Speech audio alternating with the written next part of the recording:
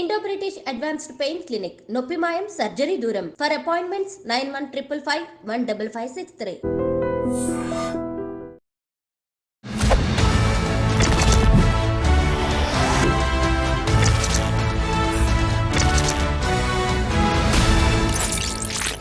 అందరికీ నమస్కారం. నేను Swaroopa Potlapalli. Welcome to iDream. ఒకప్పుడు పెళ్ళిళ్ళను ఘనంగా చేసేవాళ్ళు, కానీ ఇప్పుడు డివోర్స్ను దాన్ని కూడా ఒక సెలబ్రేషన్ లాగా గ్రాండ్గా చేస్తూ ఉన్నారు. జార్ఖండ్లో ఓ తండ్రి తన కూతురుకి విడాకులు ఇప్పించి ఇంటికి తీసుకొచ్చి ఎంతో గొప్పగా భారీ పార్టీ ఏర్పాటు చేశారు. నా భూతో నా భవిష్యత్ అన్నట్టుగా ఈవెంట్ అరేంజ్ చేశారు. ఇంకొక వైపు హర్యానాలో ఓ వ్యక్తి తన భార్యకు విడాకులు ఇచ్చి ఏకంగా డివోర్స్ పార్టీ, బ్రేకప్ పార్టీ అనేది కూడా ఇచ్చి ఫ్రెండ్స్తో ఫుల్ ఎంజాయ్ చేశాడు. అంతేకాదు, తన జీవితం ఎంత బాగుందో తను తన భార్య ముందే పార్టీ చేసుకుంటున్నాను అనేది తెలియడానికి ఏకంగా ఆమె విగ్రహాన్ని ఏర్పాటు చేసి ఆమె ముందే పార్టీ చేసుకున్నాడు.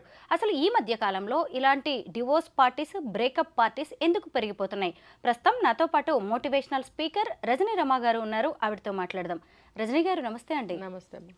ఇంతకుముందు ఒక ఆవిడ భర్తకి డివోర్స్ ఇచ్చేసి అతని ఫొటోస్ని కాలబెట్టి కాల్తో తొక్కేసి తను ఎంత హ్యాపీగా ఉన్నానో ఎక్స్ప్రెస్ చేయాలన్నట్టుగా అందరికీ నా డివోర్స్ జరిగిపోయింది, నేను ఎంత ఎంజాయ్ చేస్తున్నానో చూడండి లైఫ్ని అన్నట్టుగా చేసింది. ఇప్పుడు హర్యానాలో ఒక అతను నా భార్యతో నేను విడిపోయాను, డివోర్స్ పార్టీ అంటూ ఒక వీడియో పెడితే దాదాపు 60 లక్షల మంది చూశారు కొద్ది రోజుల్లోనే ఆ వీడియోని. అంతేకాదు అతన్ని అభినందిస్తున్నారు. ఇటు చూస్తే ఓ తండ్రి కూడా ఇలాగా కూతురికి విడాకులు ఇప్పించేసి ఆమె కోసం ఓ పార్టీ చేశాడు. ఎందుకంటే మెంటాలిటీస్ ఇలా మారిపోతున్నాయి. చివరికి మావిడాకులు అని చెప్పి దాన్ని కూడా ఎందుకు సెలబ్రేట్ చేసుకుంటున్నారంటారు? అవును, ఇప్పుడు అందరికీ కూడా బాగా ఫైనాన్షియల్గా బాగుంటున్నారు. అందరూ డబ్బు బాగా 2 చేతుల నిండా కాదు, ఇంటి నిండా కూడా డబ్బు ఉంటుంది. ఆ డబ్బుతోటి అతి స్వేచ్ఛ అయిపోయింది అందరికీ కూడా. ఇంకొకటి ఏంటంటే ఫెసిలిటీస్, బయట వస్తువులు కూడా అనేక రకాలైనటువంటి రంగుల ప్రపంచం కదా. అందులో ఉన్న ప్రతి ఒక్క వస్తువుని ఈ డబ్బుతోటి వాళ్ళు ఫుల్ఫిల్ చేసుకుంటారు. ప్రతిది అనుభవించాలి. ప్రతి చిన్నది ఒక ఎగ్జాంపుల్ చెప్తాను. ఒక అమ్మాయి ప్రపంచంలో ఉన్న అన్ని రకాల ఫుడ్లు టేస్ట్ చేయాలి. ఎవరికన్నా చాలా తక్కువ మందికి రావచ్చు ఈ ఆలోచన. దానికోసం ఎంత దూరమైనా ఎన్ని టికెట్లన్నా పెట్టుకుని వెళ్ళటం. ఇది ఎలా వెళ్ళగలరు మీరు చెప్పగలరా? డబ్బే కదా. డబ్బు ఉంది, డబ్బు తీసుకొచ్చినటువంటి స్వేచ్ఛ ఉంది. ఆ స్వేచ్ఛకి తోడు ధైర్యము, ఎవరిని లెక్క చేయనితనము, ఇవన్నీ ఉన్నప్పుడే ఆ కోరికలు నెరవేర్చుకుంటున్నారు కూడా. అలా చాలామంది అమ్మాయిలు ఉన్నారు, అబ్బాయిలు కూడా ఉన్నారు. కొంతమంది ఏంటంటే జెన్యూన్గా వరల్డ్ టూర్ అని చెప్పి చేస్తున్నారు, అది వేరు. అంటే ఇలాంటి కోరికలు ఉన్న వాళ్ళు కనీసం అది ఉపయోగపడే పనిలాగా ఏమైనా చేస్తే మనలాంటి వాళ్ళం ఇక్కడ నుంచి అన్ని ప్రపంచ దేశాలు కూడా మనం చూసినంత ఫీల్ అవ్వచ్చు మనం కూడా ఆ వరల్డ్ టూర్స్ చేస్తే. కానీ ప్రత్యేకించి ఫుడ్ కోసము ఎక్కడికైనా వెళ్ళిపోవడం, ఏ టైంలోనైనా వెళ్ళిపోవడం, ఎంత డబ్బైనా ఖర్చు పెట్టడం, ఎటువంటి స్థితిలో నుంచి అయినా సరే వెళ్ళడం. హస్బెండ్ ఉన్నాడా, పిల్లలు ఉన్నారా అంటే ఉండొచ్చు, ఉండకపోవచ్చు, ఉన్నారు కూడా.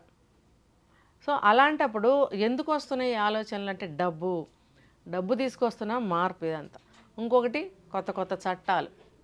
ఇప్పుడు ఇంకొకటి జెన్యూన్గా చెప్పుకోవాలంటే అలాగ హింసకి అనుభవించిన వాళ్ళు కూడా డివోర్స్ అయిన తర్వాత ఈ రకమైన ఆనందంతో పార్టీలు చేసుకుంటారు. కొంతమంది చూడండి, ఎంత కోటీశ్వర్లైనా, ఎంత పెద్ద సెలబ్రిటీస్, ఎంత డబ్బున్న వాళ్ళైనా భర్తల వల్ల భార్యలు కానీ, భార్యల వల్ల భర్తలు కానీ హింసలు అనుభవిస్తున్న వాళ్ళు కూడా చాలామంది ఉన్నారు. అలాంటి వాళ్ళు డివోర్స్ అయితే కనుక ఇలా ఎంత హ్యాపీగా కూడా చేసుకుంటారు సెలబ్రేషన్స్ అనేవి.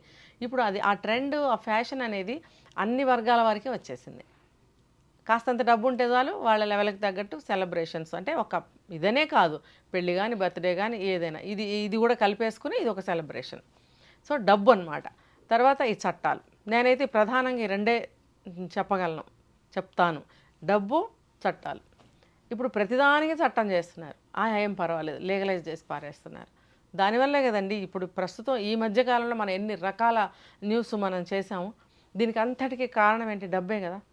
ఇప్పుడు బయట బెగ్గింగ్ చేసేవాళ్ళు ఉంటారు, వాళ్ళు కూడా ఎంత ఇస్తే తీసుకుంటున్నారు తెలుసా మీకు? నోట్లే ఇవ్వాలి వాళ్ళకి, లేదంటే ఫోన్పే చేయమంటున్నారు. ఫోన్పే. తర్వాత ఫుడ్, మనం ఎక్కడికైనా వెళ్తే ఫుడ్ పెట్టించమని అడుగుతారు. ఫుడ్కి ఎంత అవుతుంది మనకి? అవుతుందా? 100 రూపాయలు లేనిదే మినిమం నార్మల్ ఫుడ్ రాదు కదా. మనం దానం చేస్తే 10 రూపాయలు 20 రూపాయలు చేస్తాం ఈ రోజులను బట్టి. పాతకాలంలో అయితే రూపాయో 2 రూపాయలో అలా ఇచ్చేవారు కదా. ఇప్పుడు ఆ డబ్బు ఎవరు తీసుకుంటున్నారు? ఎవ్వరూ తీసుకోవట్లేదు.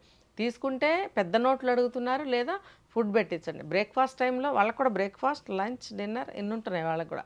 సో బ్రేక్ఫాస్ట్ టైంలో ఏదైనా హోటల్ దగ్గరికి వెళ్ళి నుంచుంటున్నారు. ఇప్పుడు వాళ్ళు వస్తారు, ఎవరినైనా అడుగుతారు, ఎక్కడైనా క్లిక్ అవుతుంది కదా. ఎవరో ఒకళ్ళు దానకర్ణలు పెట్టిస్తారు, ఫుల్ అవుతుంది పొట్ట. ఫుల్ ఇంకొకళ్ళని అడుగుతారు, ఏదో నాకు ఇప్పించండి అంటారు, వాళ్ళు ఇప్పిస్తారు. అవి తీసుకెళ్ళి వాళ్ళ ఫ్యామిలీ ఎక్కడ ఉంటుంది కదా వాళ్ళకి పెడతారు. అలా 2-3 అడిగి వాళ్ళ ఫ్యామిలీ బ్రేక్ఫాస్ట్ కంప్లీట్. అలాగే లంచ్, అలాగే డిన్నర్. ఈ మధ్యలో ఏం చేస్తారు? బెగ్గింగ్, డబ్బులు 10-20 నోట్లే ఇస్తున్నారు అందరూ. ఇచ్చేవాళ్ళు, ఇవ్వనోళ్ళు ఇవ్వట్లేదు, ఇచ్చేవాళ్ళు మాత్రం అనిపిస్తుంది అనమాట 10 రూపాయలకి ఏమొస్తుంది, నా ఒక్క 10 రూపాయలతోనే వాడి రోజు వెళ్ళిపోతుందా అని ఎవరైనా ఆలోచించుకుంటే ₹1-2 ఇస్తారు. కానీ 10 రూపాయలకి ఏమొస్తుందని చెప్పి 20 ఇచ్చిన వాళ్ళు, 50 ఇచ్చిన వాళ్ళు కూడా నేను చూస్తున్నాను. అలా ఇవ్వటం వల్ల వాళ్ళకి ఎంకరేజ్మెంట్. అంటే ఇంకొకటి ఏంటంటే వాళ్ళ దగ్గర డబ్బు ఎలా పోగవుతుంది, ఆ డబ్బు ఉండబట్టే కదా మన పక్కన మల్టీప్లెక్స్లోకి వచ్చి సినిమా చూస్తున్నాడు. ఆ డబ్బు ఉండబట్టే తాగుతున్నాడు, ఆ డబ్బు ఉండబట్టే వాడు కూడా వేరే వేరే అలవాట్లు, వేరే వేరే రకాలు చేష్టలు చాలా ఉంటాయి వాళ్ళకి, ఒకటే కాదు. సో డబ్బు ఉండబట్టే కింద నుంచి పై స్థాయి వరకు ఏమైనా ఎలా అయినా చేయడానికి సాహసిస్తున్నారు, చేయగలుగుతున్నారు. అడిగేనాథుడు లేడు. ఇంకా పక్క నుంచి ఏంటి, లీగలైజ్ చేయటం చాలా విషయాలు. ఇవన్నీ చేయటం వల్ల ఈ కేసులు ఎక్కువైపోతున్నాయి, విడాకుల కేసులు. తర్వాత విడాకులు అయితే ఆ పైశాచిక ఆనందంతో ఇలా సెలబ్రేషన్స్ చేసుకోవడం. ఇప్పుడు చూడండి, ఏదన్నా ఒక కారణం ఉంటేనే డివోర్స్ అవుతుంది కదా. అది ఏదో ఇన్నాళ్ళు కాపురం చేసామని బాధపడుతూ విడాకులు తీసుకునేవారు మనకు తెలిసినంతవరకు. ఇప్పుడు ఎలా ఉంది, ఆయన చెప్తున్నాడు కదా, ఒక భూతం వదిలి వెళ్ళిపోయిన వేళ, లేకపోతే ఒక దెయ్యం పట్టి నన్ను దెయ్యం వదిలేసిన వేళ, ఇలాగ ఆయన విమర్శిస్తున్నాడంటే ఆయన చాలా టార్చర్ అనుభవించి ఉంటాడు. ఇలా కొన్ని ఉంటాయి జెన్యూన్ కేసెస్. ఇప్పుడు ఆయన ఆవిడ సిగరెట్ తాగుతుంటే ఈయన ఎస్ట్రో పట్టుకుని తినడం, ఆవిడ వామిటింగ్ చేసుకుంటే మందు తాగి ఈయన క్లీన్ చేయడము, పబ్బుల్లో వేరే డ్రగ్స్ పౌడర్స్ తీసుకుని పడిపోతే ఆమెను ఇంటికి తీసుకుని రావడం, ఈ చేష్టలన్నీ చేస్తున్నాడు. కాబట్టి భరించాడు. ఆవిడకి వేరే ఇల్లీగల్ కాంటాక్ట్స్, మరి ఈవిడికి ఆయనకి ఎటువంటి ఫిజికల్ అటాచ్మెంట్స్ లేవు. ఈయన వేరే ఆవిడతో పెట్టుకోవడము, మరి ఇతను కూడా పక్క నుంచి చేస్తున్నాడు కదా, ఆమె ఎటు చేస్తుంది. వీళ్ళిద్దరు భార్యాభర్తలుగా ఒక్కరోజు కూడా ఉండలేదు, కానీ కలిసే ఉంటున్నారు. ఎందుకు భరించాడు 3 సంవత్సరాలు? పక్క నుంచి ఇంకోటి వెతుక్కున్నాడు కాబట్టి. అది ఆయనే చెప్పాడు, ఆ అమ్మాయి చెప్పినట్టుంది. మరి నువ్వు కూడా జెన్యూన్గా లేవు, కానీ ఆ అమ్మాయి ప్రవర్తన నువ్వు భరించలేకపోయావు కాబట్టి ఇప్పుడు ఈ రకమైన సెలబ్రేషన్స్ చేసుకుంటున్నావు. ఇంటర్నేషనల్ లెవెల్లో పార్టీ ఇస్తానంటున్నాడు. మరి ఇదంతా ఏంటంటే ఆ భరించిన బాధ తాలూకు బాధ అన్నమాట. దాన్ని ఎలా తీర్చుకోవాలంటే ఇలా. ఇది హర్యానా కేసు. ఇంకొకటి కూడా జరిగింది కదా, అది కూడా అంతే. తనకి డివోర్స్ అయింది, మళ్ళీ కూతురుకు కూడా డివోర్స్ అయింది. అంటే వీళ్ళిద్దరూ నిజంగానే బాధలు పడ్డారా? బాధలు పడటం వల్ల అంత టార్చర్ అనుభవించారు కాబట్టే ఇంత పార్టీ చేసుకుంటున్నారా అంటే అయ్యుండొచ్చు. ఇప్పుడు ఎక్కువ ఆనందంగా ఎందుకు చేసుకుంటామండి? ఒక బ్రహ్మాండమైన సంతోషం కలిగినప్పుడు, ఒక పెద్ద దరిద్రం వదిలిపోయి ఒక పెద్ద గండం గడిచిపోతేనో కదా అంత ఆనందం వస్తుంది. విడాకుల కేసు కాబట్టి వీళ్ళు కూడా వాళ్ళతోటి ఎంతో కొంత టార్చర్ అనుభవించి ఉంటారు.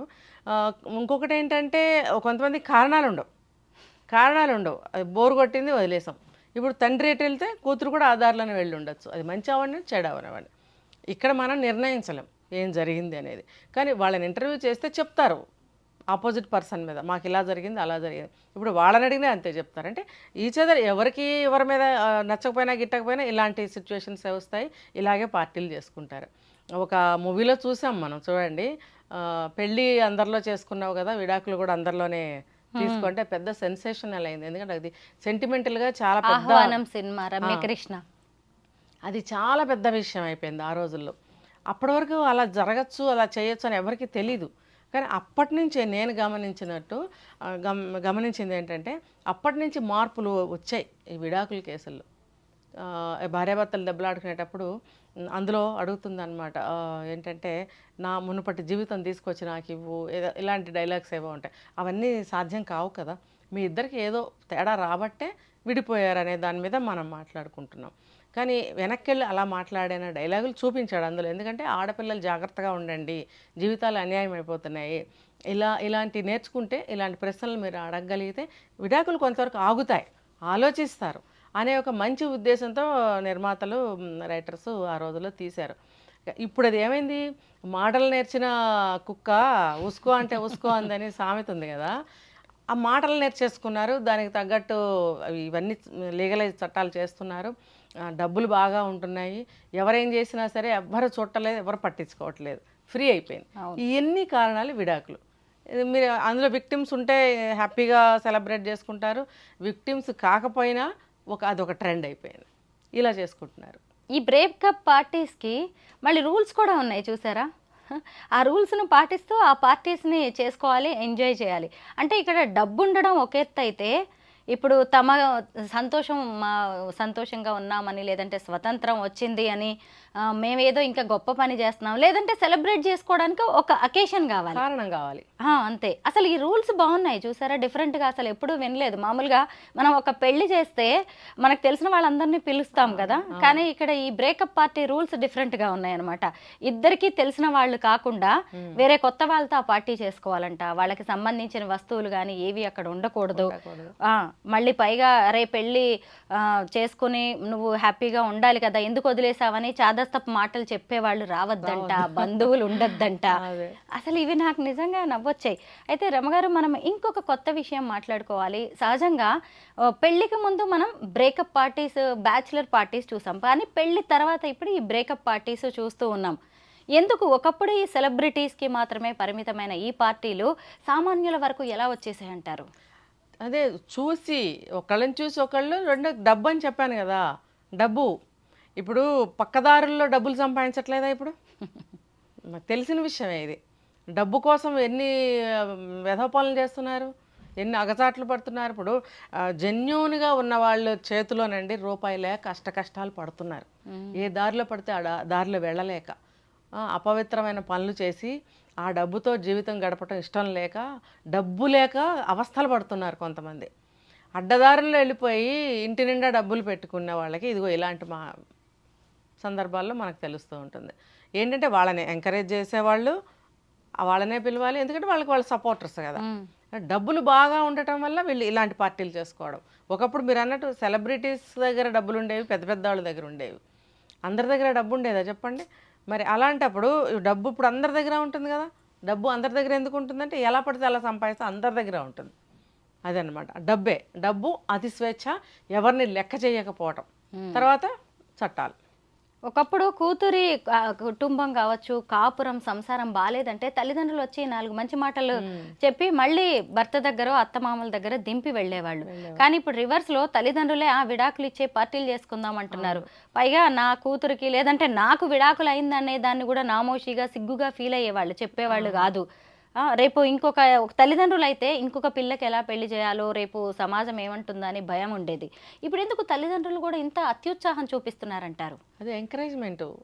ఎందుకు నువ్వు భరించాలి, నేనే ఇన్నాళ్ళు కాపురం చేశాను, నేనే మీ అమ్మను వదిలేశాను, ఇప్పుడు ఇవాళ నిన్న వచ్చిన వాడితో నీకేంటి లెక్క, బోల్ డబ్బు ఉంది మన దగ్గర, ఇంకోటికి ఇచ్చి చేస్తాను పదా, ఇవే మాటలండి. నువ్వు ఒక తల్లి చెప్పిందండి నా ముందే, నేను స్వయంగా విన్నా. నేను కెమెరాలో చాలాసార్లు చెప్తున్నాయి మాట, నా కళ్ళతో చూడనివి, నా చెవులతో విననివి నేను చెప్పను ఎక్కడా కూడా, జరిగినవి యాజ్ ఇట్ ఈజ్గా. సమాజంలో మనం కోట్ల మంది ఉన్నారు, అన్నీ మనం చూడలేం, కానీ చాలా చూస్తాం మనం కదా. ఆ చాలా చూసినవే నేను చెప్తూ ఉంటాను. ఏంటంటే పెళ్ళయి కాపురానికి పంపిస్తూ ఆ అమ్మాయిని తీసుకుని వచ్చింది అత్తగారింటికి. వచ్చినప్పుడు కూతురికి ఎవరైనా ఏం చెప్తారు, ఏం ఎక్స్పెక్ట్ చేస్తారు? జాగ్రత్త అమ్మాయి, జాగ్రత్తగా ఉండు, ఏదన్నా మాట్లాడేటప్పుడు ఆలోచించి మాట్లాడు, ఆలోచించి చెయ్యి అని చెప్తారా లేదా? ఏ రోజుల్లోనూ చెప్తారు, ఎందుకంటే గొడవలు రాకూడదన్న ఉద్దేశంతో. ఆవిడేం చెప్పింది తెలుసా, ఎవరేమనుకున్నా సరే నీకు నచ్చింది చెయ్యి, నీకు నచ్చినట్టు తిను, నీకు నచ్చినట్టు ఉండు, ఎవరి మాట వినకు. ఆ అత్తగారు మామగారు ముందే, కుటుంబ సభ్యులు అందరి ముందే ఆవిడ అతి ధైర్యంగా చెప్పింది. దీనికి కామెంట్ ఏంటి చెప్పండి? అంటే తల్లిదండ్రులే ప్రోత్సహిస్తున్నారు. అవును.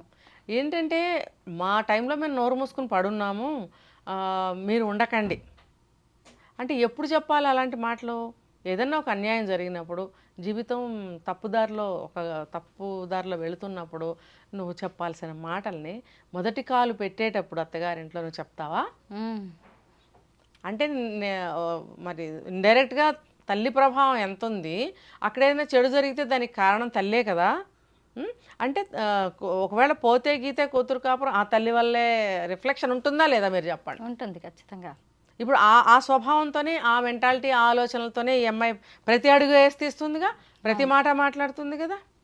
మరి అప్పుడు కొద్ది రోజులు అయిన తర్వాత, కొంతకాలం అయిన తర్వాత ఏదన్నా డిస్ప్యూట్స్ వచ్చి వాళ్ళ మధ్యన ఏదన్నా జరిగి డివోర్స్ అయ్యిందే అనుకోండి, మరి ఇప్పుడు దానికి కారణం ఎక్కడికి వెళ్ళి వెతకాలి, ఎక్కడికి వెళ్ళి ఆగాలి మనం?